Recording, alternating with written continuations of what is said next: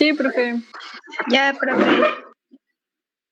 Bueno, muchachos, entonces, para no hacer muy largo el asunto, recuerdo que tenemos una actividad que quedó pendiente por desarrollar el día de ayer, después del examen, que tuvieron un poco del tiempo de la clase, que consistía en la lectura de un artículo de Villaseñor de 2014 referente a la riqueza de magnoliofitas en México, ¿no? Esta lectura tiene precisamente la finalidad de darnos un panorama de cómo nos encontramos en cuestión de cifras, si ya nos referimos a taxones específicos en este caso, ¿no? Por aquí más adelante les pongo algunas preguntitas que van a ser parte de una investigación que van a hacer, que ya refieren al número, por ejemplo, de familias, o cuáles son las familias más representativas, etcétera, para continuar con la última actividad de presentación que va a realizarse en un par de semanas, ya para finalizar.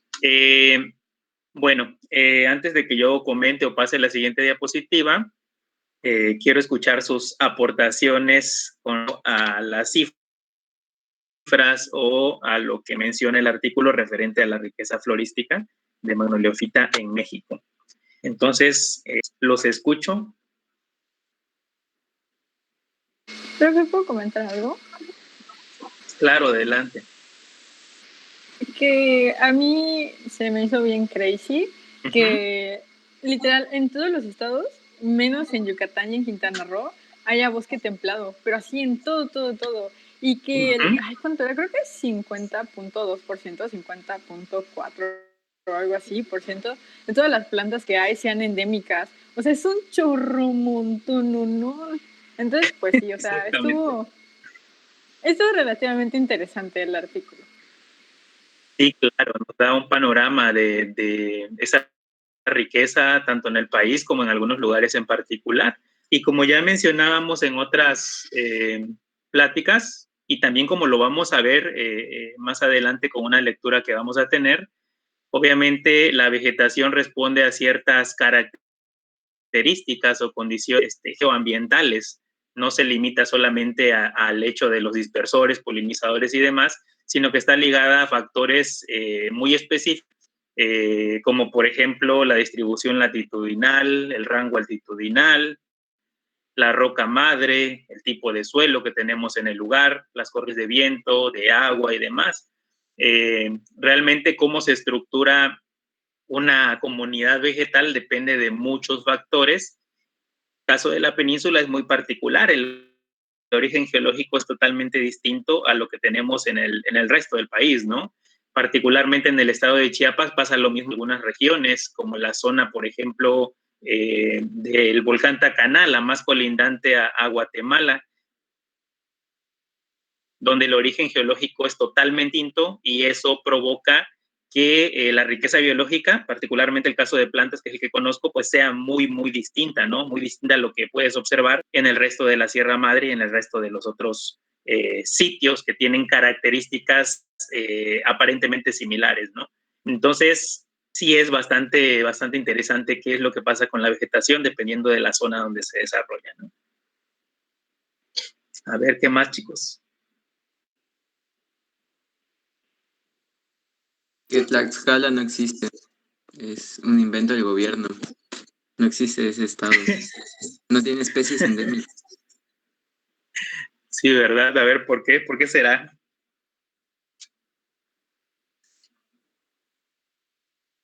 Yo creo que es como lo contrario a Oaxaca, a lo que pasa con Oaxaca, ¿no? Que hay microregiones con microclimas que hacen que las especies de plantas solo se encuentren en esos puntos, ¿no? Principalmente por el relieve de Oaxaca, ¿no? Por toda la sierra y los cambios que tiene. Y creo que Tlaxcala es más parejo todo. Si es que existe. Claro. Bueno, se cortó un poco, pero te entendí bien, ¿no? Algo muy importante también es que sí, quizá para este estado pues no muestra datos tan llamativos como ocurre con el resto de los estados y sobre todo con los del sureste. Pero aquí intervienen muchos factores y uno que hay que tomar en cuenta es que definitivamente los límites políticos, geopolíticos, son meramente arbitrarios, ¿no? No reflejan algo que tenga que ver con la naturaleza de la distribución de las plantas en este caso. Quizá el por qué nosotros veamos esas cifras en Tlaxcala tienen que ver con otras condiciones u otras variables como de perturbación que hay en los sitios, el hecho de qué tanto esfuerzo se ha hecho para levantar inventarios florísticos, el tiempo en el que se hicieron, se comenzaron muy reciente y ya no existe la flora original que pudiera darnos otros datos, la superficie o la extensión de esa área, tomando en cuenta el estado, que es muy pequeña comparada con otros, ¿no?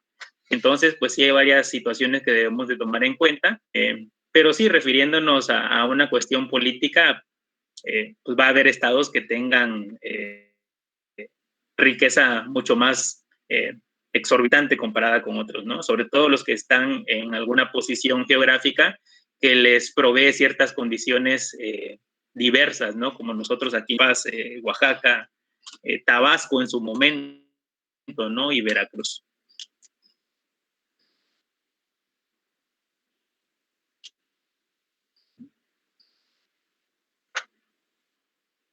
A ver, ¿qué más, chicos?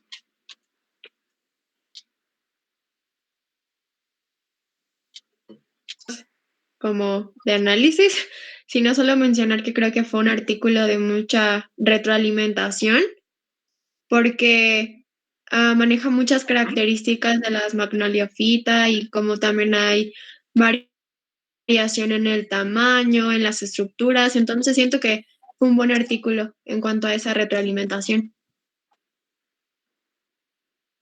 Ok. Gracias, Samantha. Pues tiene muchos datos, sobre todo en la sección de introducción y demás, donde se retoman muchas de las temáticas que estoy dando, ¿no? En los temas anteriores, en las sesiones anteriores, perdón. Y efectivamente es como que un repaso, ¿no? De lo que acabamos de trabajar en el examen y lo que se estuvo haciendo en las actividades que quedaban para casa, ¿no? En cuanto a cifras, ¿cómo lo ven? A ver, adelante. Pero que yo quería decir, o sea, así como Samantha, de que, o sea, no es algo como que de análisis, pero me gustó en la parte, o sea, por la parte de que te explicaba lo de los 5 biomas principales y como las características de cada uno, qué comunidad vegetal dominaba, las altitudes y así, porque, o sea, por más de que no me guste la botánica y la deteste y así, pues creo que es necesario, o sea, lastimosamente es necesario que aprendamos como esas cosas muy puntuales, porque va a ser lo que, junto con otras características, como usted ya estaba mencionando, que era la composición edáfica, el pH del suelo, el clima, relieve y un montón de cosas, van a estar determinando pues la presencia de otros organismos, ¿no? En los ecosistemas. Entonces, pues sí, por esa parte estuvo muy chido. Necesario, aunque pues no quiera. Y pues ya solo eso era. Ok. ¿Sofía es la única que detesta la botánica? No. ¿O hay varios? Yo también la detesto. Conmigo 3. No. Lastimosamente así Van a es. haber 30, ¿no? Yo no la detesto, Okay. pero no me gusta la parte de andar viendo cuál es su tipo de estambre, su tipo de hojitas, su tipo de tal. Ajá, Ay, es que no no es que sean feas las plantas, es que simplemente como que para estudiarlas, ay, no más no. Son muy tediosas. Son Tal muy vez complicadas, se refieren ¿verdad? más a lo taxo y no al punto ecológico, porque en ecología de plantas es más chido. Creo que a eso se refieren. Sí, yo Si creo que no, se pues, refieren a ese punto, ¿no? Pero es Aunque bueno ¿sabe platicarlo. qué? A ver, ¿escucho? Perdón que le interrumpí. Sí, fue tal vez algo pesado como estar identificando tantas estructuras y tipos, pero siento que en el momento del examen, cuando preguntaba lo de cuando los nervios son reticulados y todo, o sea, no sé si a la mayoría le pasó, pero a mí fue como que las actividades que estuvimos haciendo sí fueron como de mucha ayuda y como que sí se me quedó. O sea, que fue tedioso, pero que sí aprendí. Pero fue productivo. Muy bien. Bueno, qué bueno que eso pasó y efectivamente las actividades, aunque parecen como sencillas o a veces como de muchachitos para estar trabajando, por ejemplo, catálogos y esas cosas, realmente sí dejan un aprendizaje, ¿no? A fin de cuentas, objetivos que tiene la unidad de aprendizaje, pues trato de abordarlos en esas actividades, que trato de hacer lo más sencillas posible, porque realmente sí son muchos seres que no, ahorita ni siquiera nos asomamos a lo más complicado, ¿no? Nos asomamos como que a lo más básico que nos puede ayudar incluso a identificar taxones grandes, con algunos órdenes, familias, incluso algunos géneros por ahí, ¿no? Lo que comentaba, creo que Guillermo, como estoy en la presentación no puedo verlo, si alguien escribe en el chat, comente.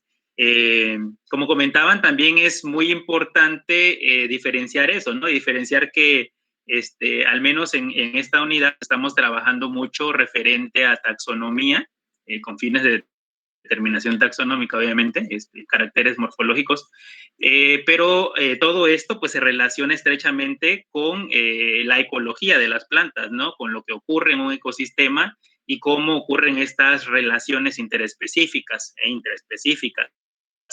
Y ahí la importancia de conocer, como dice Sofía, un poco acerca de la flora y de la vegetación.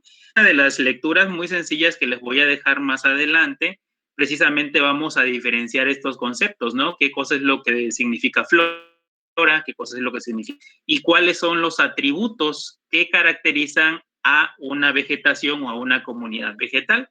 Y ahí vienen todos estos caracteres que nosotros estuvimos trabajando de manera individual, ¿no?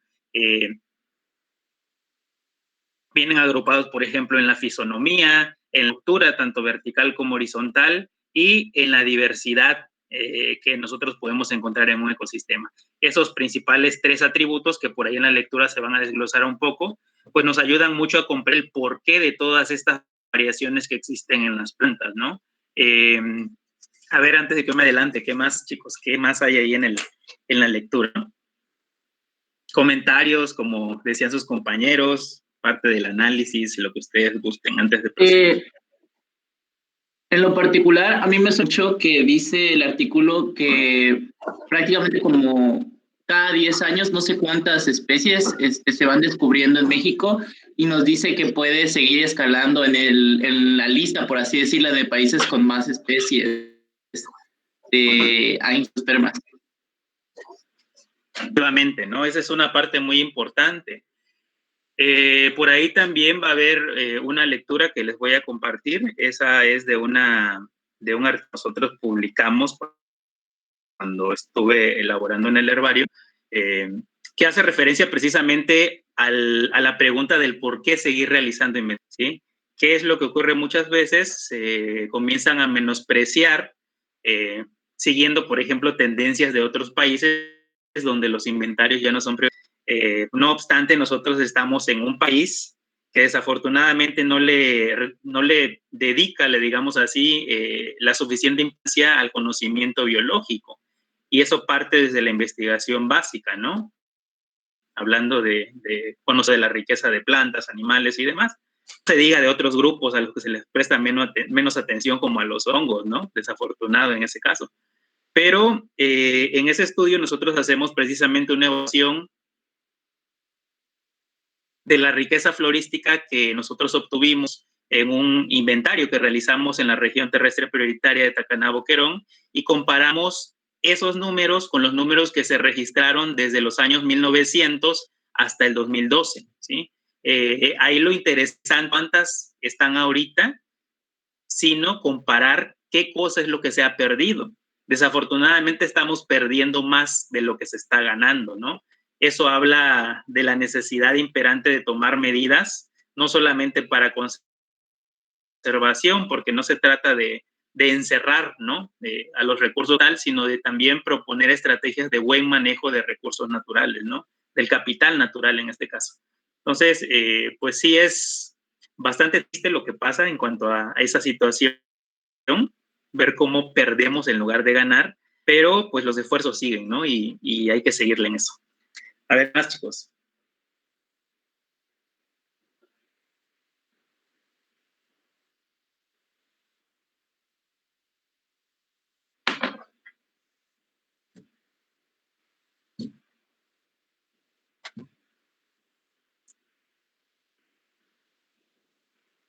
A nadie, dicen. Esa botánica, pues, siempre es adelante. Pues si nadie más va a comentar, pero creo que es algo importante, tedioso y aburrido, ahí sí también lo digo de mi parte, es lo de la clasificación, porque menciona el artículo que con la actualización de esta nueva forma de clasificar con flores, se redujo el número de especies para México. Y por lo que vi que dejó una pregunta sobre también este punto, creo que es algo que vamos a ver ahorita y pues no sé, me voy a tener que preparar mentalmente. Sí, pueden comentarlo, de hecho, ¿no? Es parte de, no solamente la lectura, sino la actividad que quedó pendiente de la pregunta, ¿no? Porque ahorita les voy a dejar las preguntas, ¿sale? Bueno, entonces, pues lo que comentabas es muy interesante, ¿no? Los sistemas de clasificación, como ya sabemos, son dinámicos. En realidad no vamos a tener como que un sistema que ya sea el permanente, y a través del tiempo pues han venido cambiando estos sistemas de clasificación, ¿no? Ahorita vamos a hablar de manera muy general para no aburrirnos de algunos grandes sistemas que se utilizaban, que estoy seguro que muchos de ellos pues ya lo han leído, ¿no? O ya lo han visto quizá en las otras asignaturas de botánica.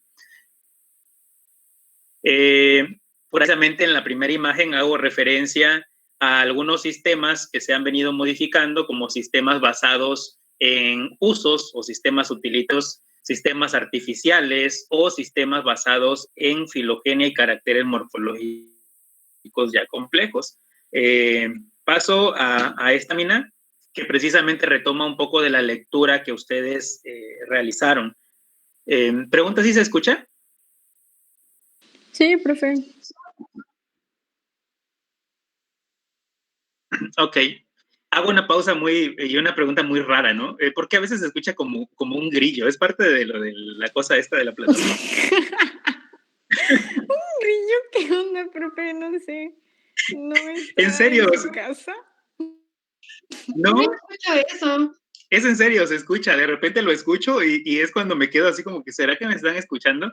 Pero en serio, se escucha muy fuerte y es en mi lap, en la bocina. No es en mi casa.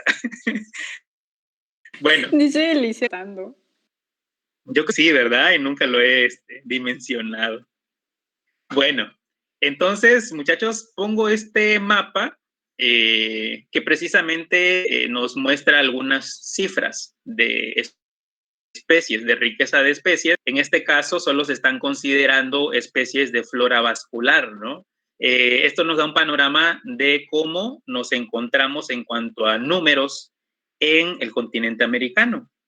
Por ahí vienen los 3 países señalados que tienen mayor riqueza de especies conocidas hasta este momento, ¿no? Si nos referimos solamente a flora vascular. Tenemos a Colombia, a México y a Brasil. A ver quién de todos es el que tiene mayor riqueza de especies. Los 3 es Brasil, ¿no? Brasil, seguido de quién? Colombia.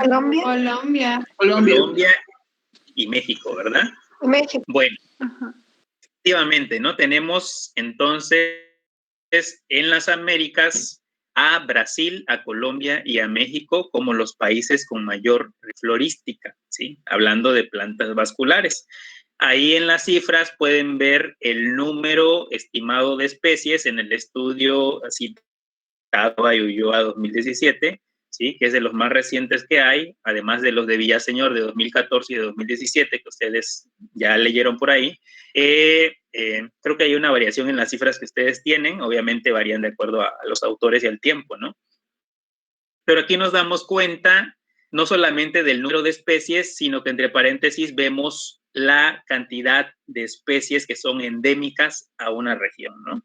Aquí en México, si se dan cuenta, tenemos, como decían ustedes, más de la mitad de las especies que son endémicas, y eso habla de la enorme riqueza que nosotros tenemos, ¿no? Seguidos de otros países se darán cuenta ahí en cuanto a las cifras, que varían en número de especies dependiendo no solamente de su extensión, sino también de las geográficas y ambientales propias de cada lugar. Por ahí viene otra de las preguntas, ¿no? Esto se lo voy a marcar en una actividad. Familias que tienen la mayor riqueza específica o riqueza de especies. Por ahí imagino que ya se imaginan, que ya saben ustedes cuáles pueden ser. De manera muy general puedo mencionar, por ejemplo, a las asteráceas, a los pastos, a las orquídeas, qué sé yo, ¿no? Pero por ahí vamos a llevar a cabo esa discusión más adelante. Esto es como para que nos demos una cifra de cómo estamos en cuanto a si nos referimos a América, si nos referimos a México, y también si nos referimos a Chiapas de manera en general, ¿no?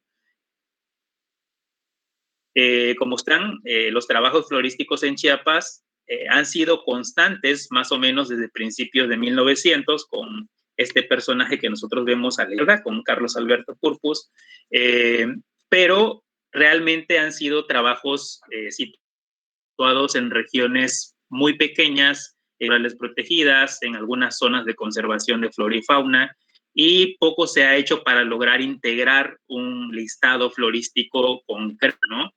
El primer listado que agrupó a la riqueza de especies de Chiapas fue el listado de Dennis Breedlove, 1981, donde catalogaba a 8,248 especies. Obviamente las cifras cambian si nosotros ajustamos los diferentes sistemas de clasificación que se, ¿no? El más reciente, en una base de datos, permítanme, se pasó la diapositiva, en una base de datos realizada por Villaseñor, se estimaban hasta el momento 8,790 especies. Algunos autores por ahí consideran que en el estado de 10,000 especies de flora vascular. Eso es algo muy importante que mencioné hace un momento, ¿no? O sea, ¿qué es lo que pasa? Incluso por los estudios florísticos, la gran mayoría también se centra al estudio de la flora vascular y se dejan de lado a otros grupos biológicos bastantes, como son los musgos, hepáticas y antoceros, o las famosas embriofitas no vasculares, ¿verdad? Ahí tenemos un sesgo muy importante, ¿sí? Si ustedes recordarán, en cuanto a musgos, hepáticas y antoceros, realmente se conoce poco por la baja cantidad de estudios o de gente que se ha dedicado a trabajar con estos grupos, ¿no? Con estos gremios que se consideran un poco complicados, ¿no? Y que muchos evitan trabajar. Entonces, por ahí otra pregunta que vamos a responder precisamente para las siguientes sesiones va a ser cuáles son esas 5 que tienen la mayor riqueza de especies en el estado. Vamos a comparar si esto es similar a lo que observamos para México, también a lo que nos indican las cifras para las Américas, ¿no? Para otros países del continente.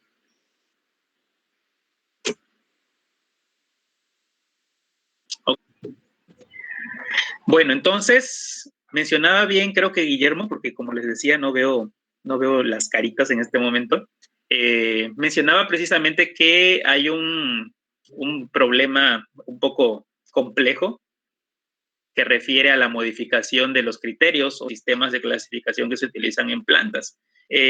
Algo muy importante que debemos de tomar en cuenta es que estos sistemas de clasificación pues no surgieron ayer, no surgieron en el siglo pasado.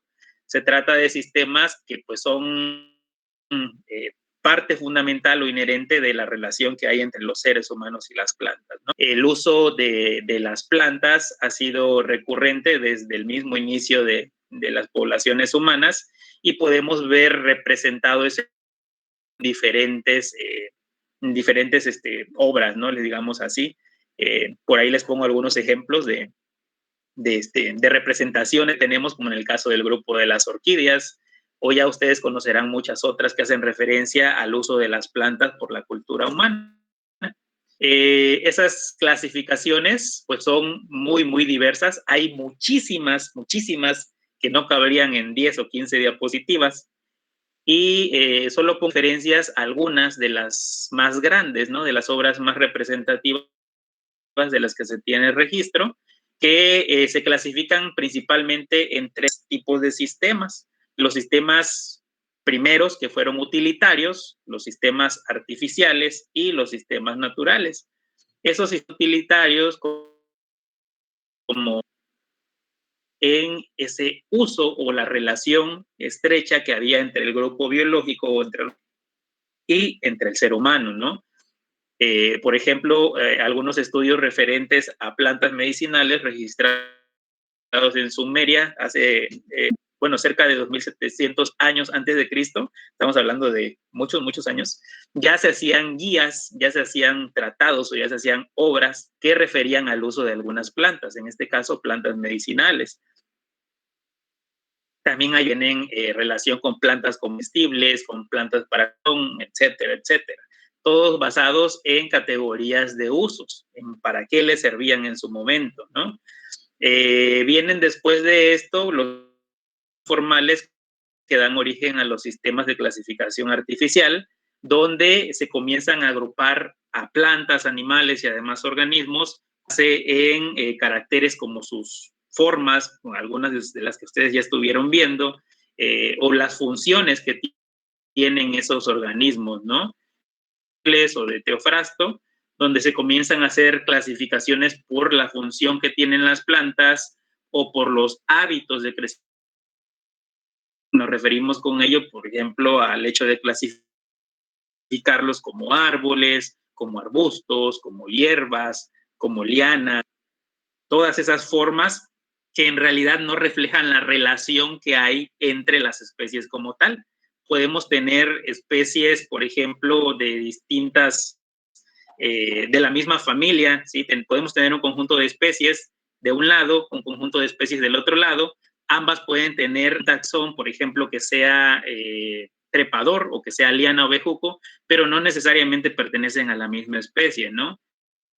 Entonces, estos sistemas por eso se denominan así, porque toman como referencia categorías que no representan como tal la relación que hay o el parentesco que hay entre los taxones que están en esas categorías. Posterior a ello, pues vienen los sistemas de clasificación naturales, donde ya se comienzan a utilizar criterios mucho más físicos, particularmente el hecho de incluir a la especie como una base para la clasificación de estos. Ahí vienen los estudios o las obras que realizaron tanto John Ray como Carlos Linneo. Como saben, pues Carlos Linneo es el principal exponente en este caso. ¿No? ¿Sí escuchó? Profe, disculpe que le interrumpa, es que Manuel acaba de mandar al grupo de WhatsApp que en la veterinaria en la que él está ahorita se fue la luz. Entonces, nada más era eso, porque creo que no va a poder estar ahorita en la llamada. Ya, perdón. Ok, no hay problema. No te preocupes. Gracias por avisarme, ¿no? Bueno, entonces van a utilizarse otros sistemas que se basan ya en criterios naturales y no solamente en clasificación basada en criterios humanos, ¿no? Aquí viene el uso del concepto de la especie y, como decíamos y como ustedes ya conocen, pues viene el uso de la clasificación binomial, ¿sí? Ok. Ahora, bueno, me regreso. Una pregunta.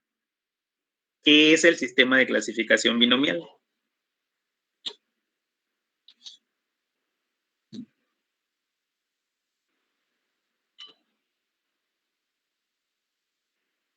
¿Preguntó algo, profe? Si no se escuchó. Les daba que si pueden explicar en qué consiste el sistema de clasificación binomial que fue propuesto en la obra de Especies Plantarum por Luz Linneo.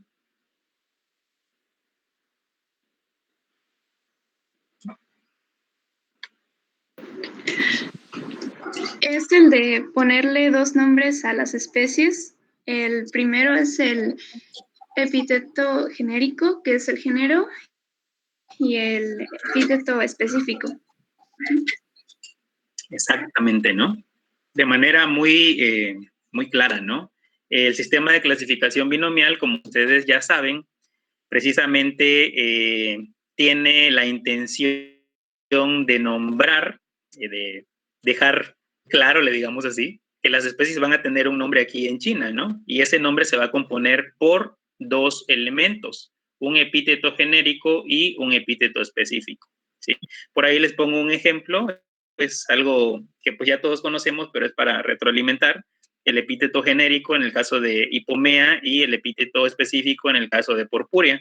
Y ahí vemos el caso de 3 especies que pertenecen obviamente al mismo género, pero las especies son distintas, ¿no? Y la especie en este caso corresponde a un solo ejemplar de los que ustedes ven ahí. Entonces, este sistema de clasificación binomial, pues toma como la unidad de clasificación. Ya no se toman a las formas, ya no se toman a los usos y demás. O sea, ya no hablamos de hierbas, es como en los sistemas utilitarios, o ya no hablamos de, perdón, como en los sistemas artificiales, o ya no hablamos de medicinales, de construcción, etcétera, etcétera, como en los sistemas de uso. Bueno, esa clasificación o ese sistema de clasificación binomial dependiendo del grupo biológico que nosotros estemos estudiando, ¿no? A eso se le denomina jerarquización taxonómica. Y en plantas, las jerarquías taxonómicas pues tienen su peculiaridad en cuanto a la nomenclatura y demás. En las plantas vamos a encontrar marcadas aquí en blanco las jerarquías principales o básicas, le digamos así, y algunas de las jerarquías que están subyugadas a ciertos, jerarquías a jerarquías, le digamos así, que están subyugadas a la jerarquía superior en este caso, ¿no? Entonces, como principales en el grupo de las plantas, pues vamos a tener al reino, a una división, que es equivalente a el filum en el grupo de los animales, ¿sí? Vamos a tener a la clase, al orden, a la familia, al género y a la especie, ¿sí?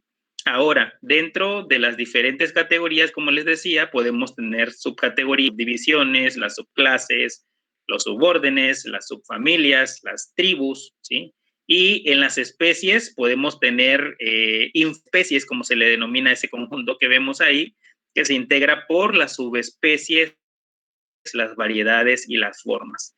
¿Cómo vamos a saber de qué se trata cada una de ellas? Pues precisamente a través de un código que norma toda esta nomenclatura, que se llama Código Internacional de Nomenclatura para Algas, Hongos y Plantas, ¿sí? Anteriormente se le conocía como Código Internacional de Nomenclatura Botánica, pero antes pues se cambió el nombre porque no solamente agrupa plantas, sino que también están incluidas algunas algas y el grupo de los hongos. Entonces, toda esa nomenclatura rara que nosotros vemos en las guías, que vemos en las claves y demás, está regida por ese Código Internacional de Nomenclatura, ¿sí? Las terminaciones incluso, pues es propio también del sistema de nomenclatura botánica. Hay, entre paréntesis, para los grupos principales o para las jerarquías principales, pongo la terminación que nosotros vamos a encontrar cuando nos referimos a cierto grupo de organismos o a ciertos taxones, como se les llama, ¿no? Para las divisiones, la terminación siempre va a ser fita, para las clases va a ser ópsida, para los órdenes va a ser ales, para las familias seae, y para los géneros y especies van a seguirse ciertas reglas de latinización de nombres para poder nombrarlos. Todas esas y demás vienen en ese código de muchísimas hojas que pues no vamos ahorita a repasar, ¿no? Ni vamos a centrarnos en eso. Pero es para que nosotros tengamos noción de dónde están plasmadas esas normas que se utilizan para catalogar o jerarquizar al grupo de las plantas, ¿no? Ese es el por qué nosotros de repente vemos tanta terminación. Vemos a Magnoliophyta, Magnoliopsida, Magnoliales, Magnoliacea, Magnolia, etcétera, ¿no? Bueno. Ok, esto es corto, no vamos a meternos mucho a esto. Pero sí es importante también que nosotros tengamos clara la noción de la determinación taxonómica. Lo que nosotros veíamos hace un momento hace referencia, como les decía, a la jerarquización de un sistema de clasificación binomial, particularmente cuando nosotros ya agarramos y recolectamos nuestro ejemplar, lo determinamos, utilizamos las claves y todo el rollo, obtenemos un nombre que se llama determinación. Es muy diferente hablar del nombre científico a hablar de la determinación taxonómica. El nombre científico es el nombre válido que tiene esa especie como tal, y la determinación taxonómica es a lo que tú llegaste, eso es el resultado de tu trabajo del proceso de determinación como tal, ¿no? Dentro de esa determinación, pues nosotros vamos a tener diferentes criterios, vamos a tener nombres correctos, sinónimos, y también vamos a tener en cuenta la autoría de determinación cuando nosotros llevemos a cabo ese trabajo, ¿no? Los nombres correctos, ¿qué son? Por ahí dice que se rigen por principialidad. ¿Qué pasa, por ejemplo, si en algún momento Sofía describe una especie? ¿Sí? La describió en el año 2000, vengo yo y en el año 2010 encuentro esa planta, la describo, la publico y le pongo otro nombre. ¿Qué es lo que hay ahí con el nombre, por ejemplo, que yo asigné? ¿No quedaría como sinónimo? Exactamente. ¿Bajo qué condiciones va a quedar como sinónimo? Si todo el trabajo y todo el proceso de revisiones, de seguir el Código Internacional de Nomenclatura, de publicar tu trabajo, de referenciar los ejemplares en una colección, de arborizarlos y demás, está hecho al pie de la letra, el único nombre válido por principio de prioridad es el que tú le asignaste, ¿sí? Y los vengan, si por ejemplo la describí yo, si por ejemplo en otro estado de la República, donde pues no nos conocían, la describió alguien más, todos esos nombres pasan a ser sinónimos, ¿sí? Esos sinónimos pues no son más que otros nombres que se convierten en no válidos, ¿sí? Pueden referenciar a la planta porque en algún momento se publicaron, pero son nombres no válidos que pasan a ser sinónimos del nombre aceptado en este caso, ¿no? Algunos portales de consulta de especies o de taxones, como por ejemplo el portal del Jardín Botánico de Missouri, el famoso Trópicos, te permite consultar, por ejemplo, ejemplares de diferentes regiones de Mesoamérica y te da esa opción, ¿no? En algunos casos vas a observar algunos ejemplares con un signo de admiración cerrado, que significa que es un nombre válido, o por ejemplo los sinónimos que generalmente se rigen por como un pequeño asterisco al inicio del nombre científico, de la determinación, donde nosotros no nos percatamos que en realidad son sinónimos y no nombres válidos, ¿no?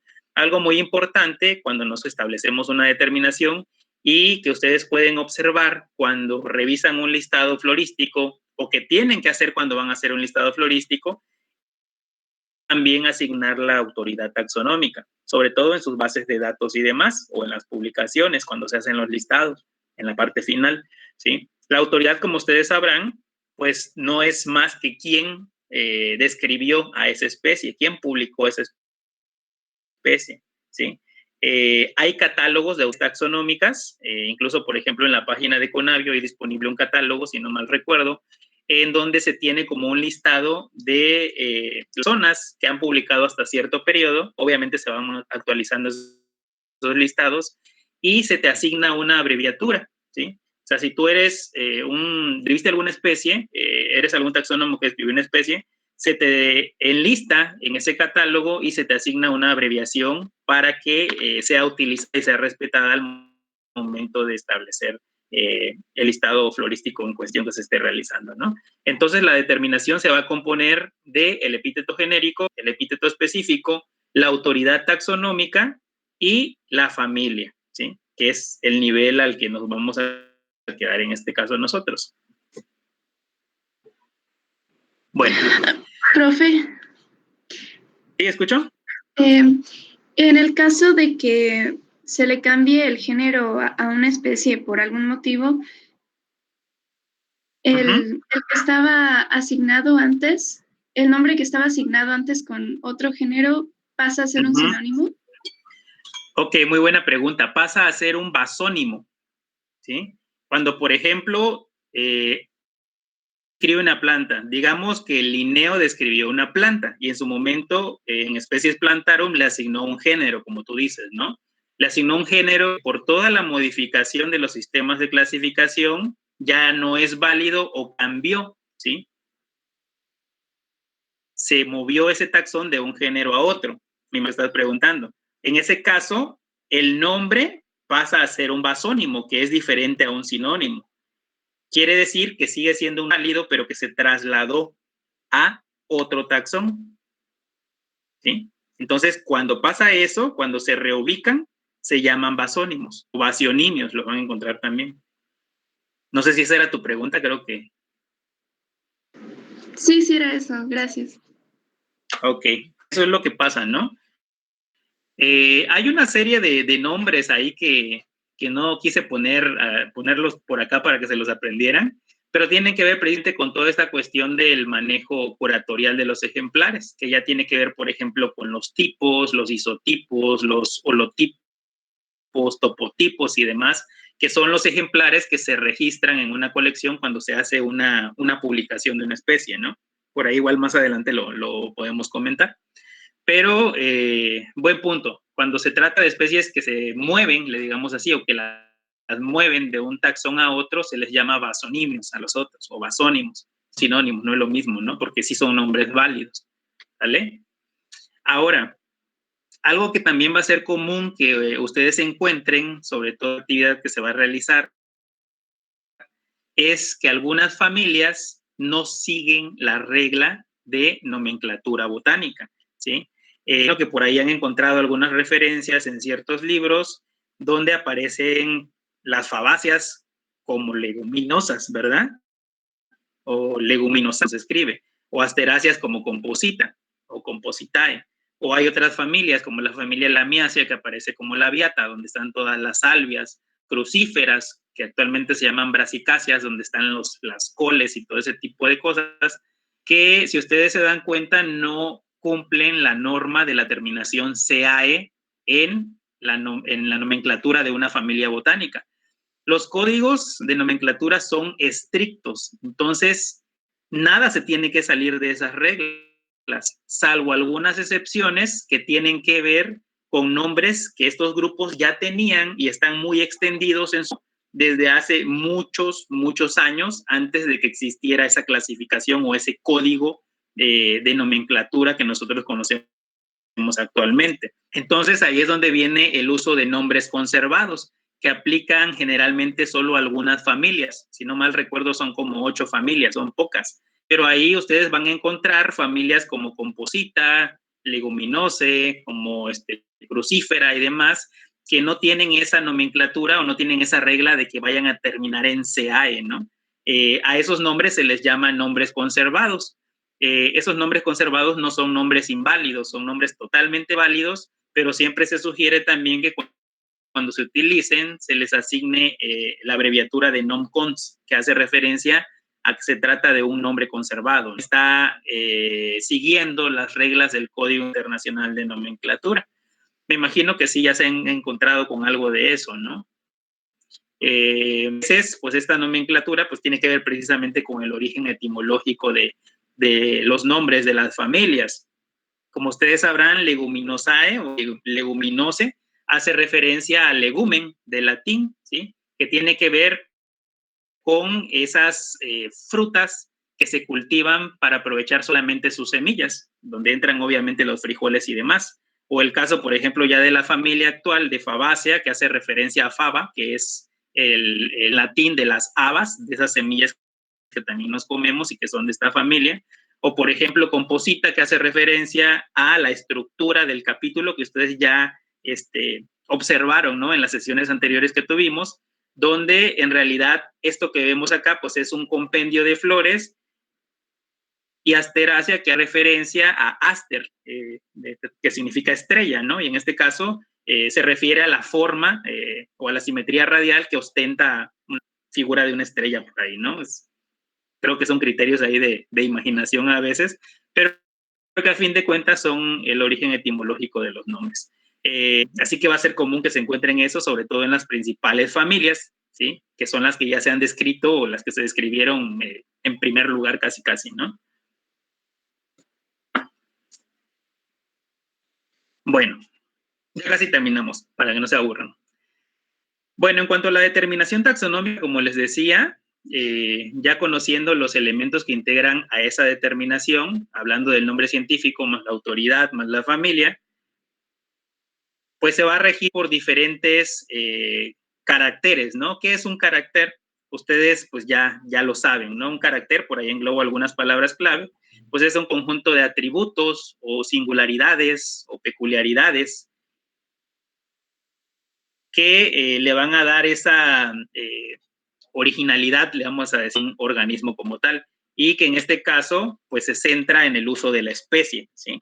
Esos caracteres, pues pueden ser de diferentes tipos. Por ejemplo, les pongo dos imágenes de dos especies. A la izquierda Cedrela dorata, el cedro, y a la derecha una plantita a la que le llaman de dragón, que su nombre es Quirantodendron pentadactylum.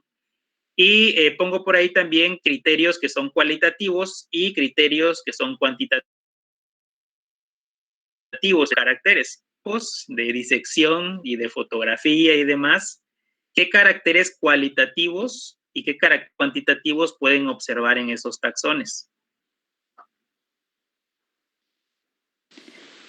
Uno cualitativo en el del cedro podría ser la forma de estrella de, no sé cómo se llama la capa más externa, profe. A ver, espérame, exocarpo, no sé, profe, ¿qué le invento? Pero exocarpo, podría ser que tiene bien. forma de estrella, porque no es como que, ¿cuántas formas de estrella tiene? O sea, nada más.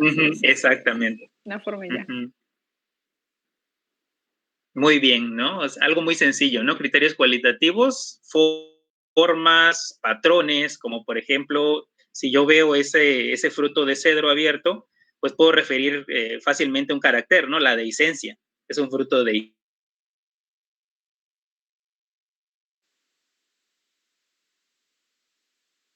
Pero ahí puedo referirme al número de pétalos, ¿qué tal?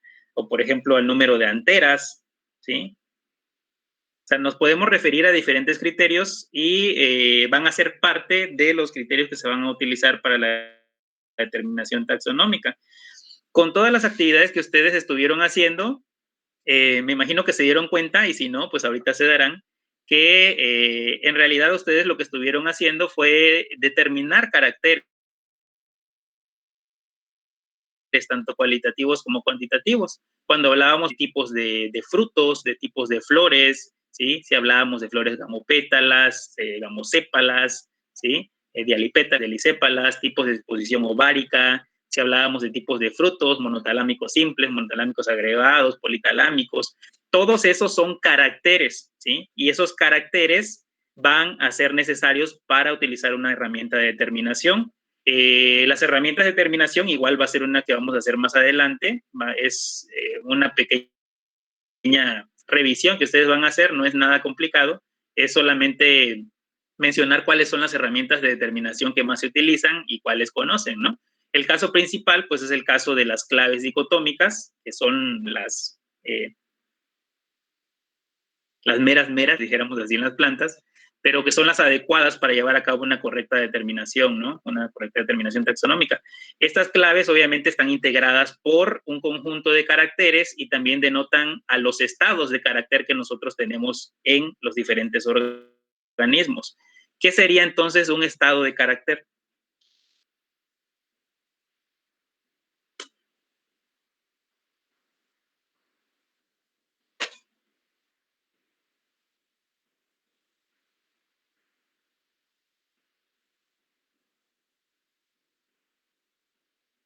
Ya dijimos que un carácter, nosotros singularidades, peculiaridades, los estados de carácter, ¿qué serían? ¿No serían los compartidos, los que no fuesen diagnósticos? ¿Como cuáles?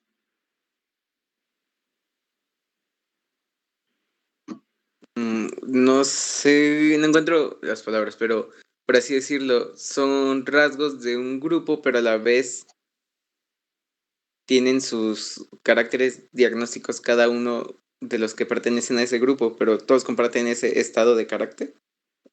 Por ejemplo, todo ese grupo tiene los estambres filamentosos, pero tienen sus rasgos diagnósticos, todos ellos, pero siguen manteniendo el estambre filamentoso. No sé si estoy muy perdido. No estás perdido. A ver, ¿qué más? A mí me Vamos a sonaba escuchar a ver qué que, más dice.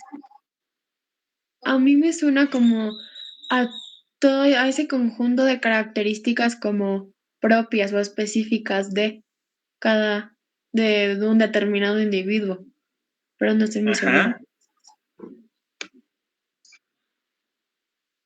Ok, a ver qué más. A ver los demás, chicos. Profe, ¿no podría ser, por ejemplo, si el carácter fuera el número de pétalos y los estados serían cuántos pétalos tienen? Exactamente, así es, ¿no? No estaba tan mal la respuesta que dieron no es tan mal de hecho, ¿no? Cuando nos referimos a los estados de carácter, nos vamos a referir a todas las variantes que ese carácter va a presentar. O sea, si hablamos, por ejemplo, de coloración, ser toda la gama de colores que puedan haber dentro de esos taxones. Si hablamos, por ejemplo, no sé, del número de pelo en la pata o los pelos en la pata, pues el estado de carácter van a ser los números de pelos, ¿no? 5, 10, 15, 20. O por eso trabajamos con determinación, como bien decían, con el número de pétalos, el número de sépalos, el número de estambres, ¿sí? En los frutos, los números de semillas y más, ¿no? Entonces, estas claves van a estar compuestas por esos elementos, por caracteres y por estados de caracteres. Lo que va a tratar de hacer estas claves es de ponernos oraciones contrapuestas, ¿sí? ¿Y qué va a decir, por ejemplo, una oración contrapuesta? Pues frutos dehiscentes, y la siguiente, el uno primo, va a ser frutos indehiscentes. Y así te va a ir guiando para que puedas determinar tu ejemplar, viendo obviamente la clave con respecto o en función a los caracteres que tiene tu ejemplar. Entonces esa es la razón por la cual es muy necesario, o era muy necesario, que nosotros conociéramos un poco de la morfología vegetativa y reproductiva para poder identificar un carácter o estados de carácter, ¿no? O identificar si un carácter es cualitativo o un carácter es cuantitativo. La parte fea. Bueno, la parte fea, que también ya la última, no solamente es tomar en cuenta que los sistemas de clasificación también han variado en las angiospermas con el paso del tiempo. Los sistemas de clasificación, más allá de los naturales, actualmente se centran en caracteres de relaciones filogenéticas. Ya no se toma solamente la parte morfológica o los caracteres morfológicos, sino que también se llevan a cabo estudios genéticos para poder relacionar las plantas de esta manera, ¿no? Ya no solamente se va a tratar de que si son plantas que presentan cierto tipo de estambres o cierto tipo de flor, sino que también se van a tomar en cuenta las secuencias de nucleótidos y demás para poder clasificarlas. Entonces, una actividad que va a quedar pendiente es precisamente cuáles son esos criterios, que es un sistema de clasificación, que es el sistema APG, el actual para las angiospermas, y referenciar algunos sistemas de clasificación que existían o que se utilizaban con antelación, ¿no? Uno muy importante, por ejemplo, que podríamos mencionar y que se sigue utilizando en algunas colegios, es el sistema de clasificación de Cronquist para familias botánicas, que data de los años 80 y que se centra principalmente en las relaciones basadas en características morfológicas. Obviamente, haciendo una combinación de los caracteres morfológicos y genéticos, muchas de las relaciones que se observaban en esos sistemas anteriores persisten pero otras se vienen modificando, ¿no? Y es ahí donde ocurren estos, como los que mencionaba Guillermo, si no mal recuerdo, referentes a que de repente desaparece un taxón porque lo unieron a otra familia, o de repente el que estaba de este lado lo pasa, o que las ceibas que estaban en Bombacasia las pasaron a Malváceas, que separaron a no sé qué familia y todo lo que ustedes ya sabrán, ¿no? Entonces, este sistema de clasificación, que es el que más se usa, pues se basa precisamente en relaciones filogenéticas, pero por ahí ustedes van a revisar cuáles son esos criterios. Hay publicaciones con respecto a esto. La más actual es del 2016 del grupo de Angiosperm Phylogeny Group, lo van a encontrar en la red muy fácilmente, que habla de criterios que se utilizaron para hacer este sistema de clasificación, ¿no? Nosotros resumimos ese cuadro anterior, donde ustedes pueden ver las relaciones de parentesco o la filogenia. En esta línea donde marca mi cursor vemos a los órdenes en el nivel jerárquico, y aquí en esta parte más a la derecha donde vemos los diferentes colores, vemos a las familias que integran a esos órdenes. Podemos reducir todo a este pequeño mapita que vemos a la izquierda, casi abajo, ¿sí? ¿Qué es ese mapita? Pues es un árbol de relaciones filogenéticas entre las plantas. Podemos ver quién está emparentado. Aquí en este caso, si ustedes se dan cuenta, pues vemos a todas las plantas embriófitas o todas las plantas terrestres, pero se segregan en este caso las plantas y las plantas angiospermas. Entonces, en este sistema de clasificación APG, en sus diferentes versiones, los criterios van a ser muy distintos que se utilizaban con Cronquist. Recuerdo muy bien que una referencia que seguimos tomando, por ejemplo, para clasificar semillas, tiene que ver con el número de cotiledones. Cuando hablamos de los grupos de monocotiledonias y dicotiledonias. Si ustedes analizan esa parte, pues son criterios meramente morfológicos, que se centran al número de cotiledones que produce una semilla.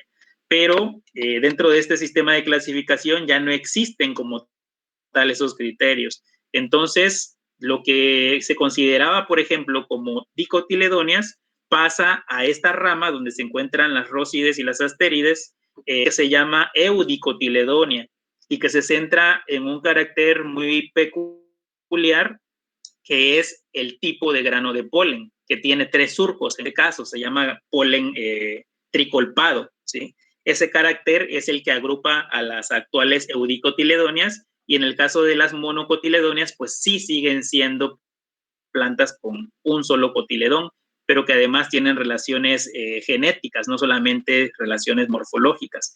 Algunas otras de las que se consideraban dicotiledonias, pues pasan a grupos como el grupo basal Ana o el grupo de las magnólides, donde sí tienen 2 cotiledones, pero no necesariamente tienen el polen tricolpado, ¿sí? Este grupo de plantas que está aquí segregado, las magnólidas y el grupo Ana, que hace referencia a órdenes, a las abreviaciones de 3 órdenes, precisamente tiene el carácter de que son plantas con polen generalmente monocolpado y que tienen estructuras florales primitivas. Son los considerados grupos basales de las angiospermas, ¿no? Donde vienen todas estas plantas que en teoría fueron las primeras que dan flores. Entonces, como les decía, se trata de criterios bastante interesantes, pero a veces, pues sí, un poco tesos para revisar. Bueno, lo vamos a dejar hasta ahí en este momento. El objetivo, como les decía, más allá de que nos aprendamos cómo se integra todo el compendio de los sistemas de clasificación, es que nosotros tengamos una referencia. Tengamos referencia, por ejemplo, de sistemas anteriores, como el sistema de Engler, como el sistema de Cronquist, o de Tactaján, o de diferentes autores que se basaban en caracteres principalmente morfológicos, y qué es lo que cambia a que se utiliza actualmente de las líneas APG para poder llevar a cabo esas clasificaciones, ¿no? Bueno, no sé si hay alguna pregunta o duda o comentario hasta este punto. No, profe, de la clase no. ¿No? Ok. ¿Y no de la clase? Es que me entró la duda de que si somos su grupo favorito de todos los que atienden. De todo entiendo. Todos los grupos tienen lo suyo. Ay, No qué puedo mala tener onda, un favorito. profe.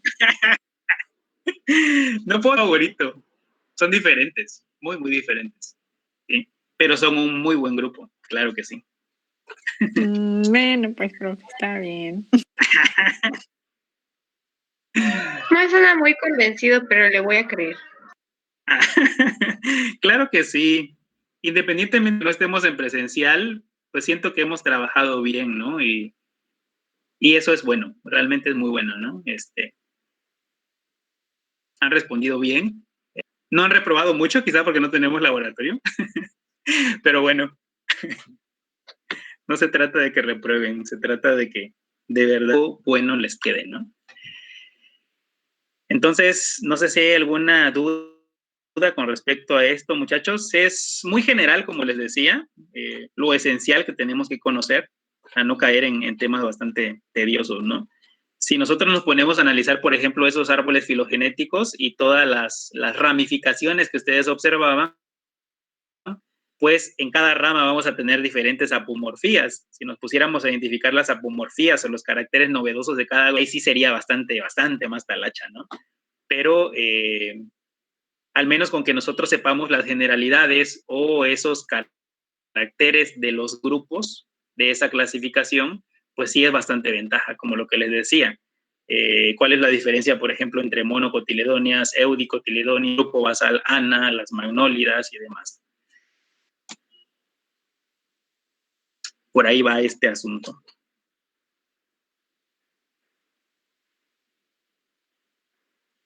Profe, le pregunta a Sam si va a modificar la calificación por la pregunta que era falso, pero que usted puso como cierto.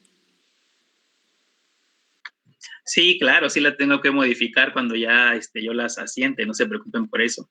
De todas formas, ya ustedes sabrán con sus aciertos cuál es la calificación, es fácil calcularla, ¿no? Entonces, quien tiene clarito como el agua del sumidero, muy bien, Evelyn. Quien obviamente la tuvo mal por el sistema, pues solamente corríjanla, súmense un punto. Quien la tuvo bien, réstense un punto.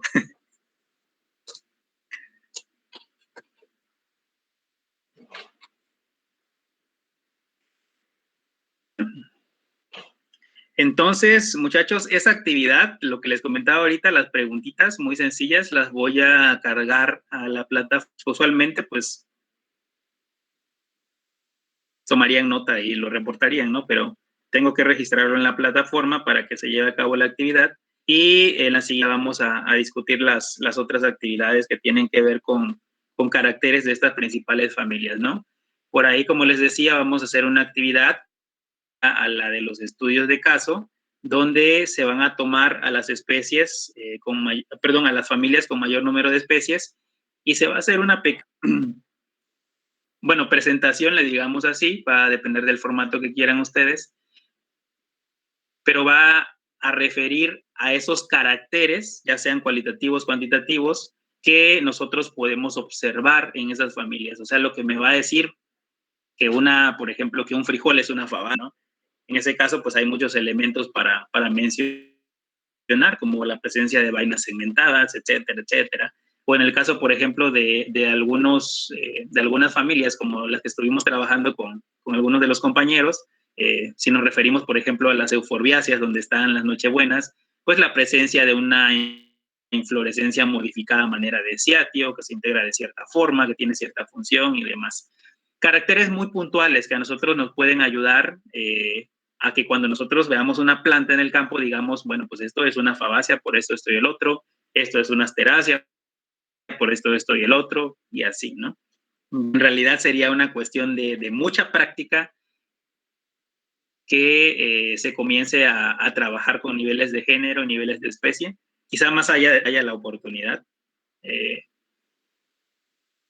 Quise evitarme, salvo que ahorita no se puede, ¿no? Pero quise evitarme ponerlos a recolectar y a que se fueran a tratar al herbario porque en realidad iban a odiar más a la botánica, ¿no? Creo que es mejor tratar de ir de lo general a lo particular en este caso, y el taxón que considero fundamental es el nivel de familia, ¿no? Ya más adelante, conforme el interés de cada uno de ustedes, pues puede empezar a indagar más y especializarse, ¿no? Para hacer determinaciones a otros niveles. Gracias, profe, qué considerado.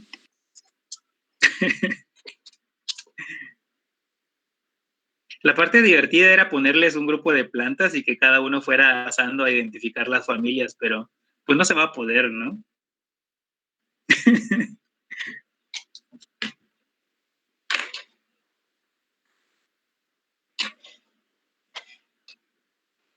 Bueno, entonces muchachos, no sé si hay alguna duda o comentario. No, profe, ahora sí ya no. Bueno, pues voy a marcar la actividad para la siguiente semana y ya les indico cómo continuar, ¿sale?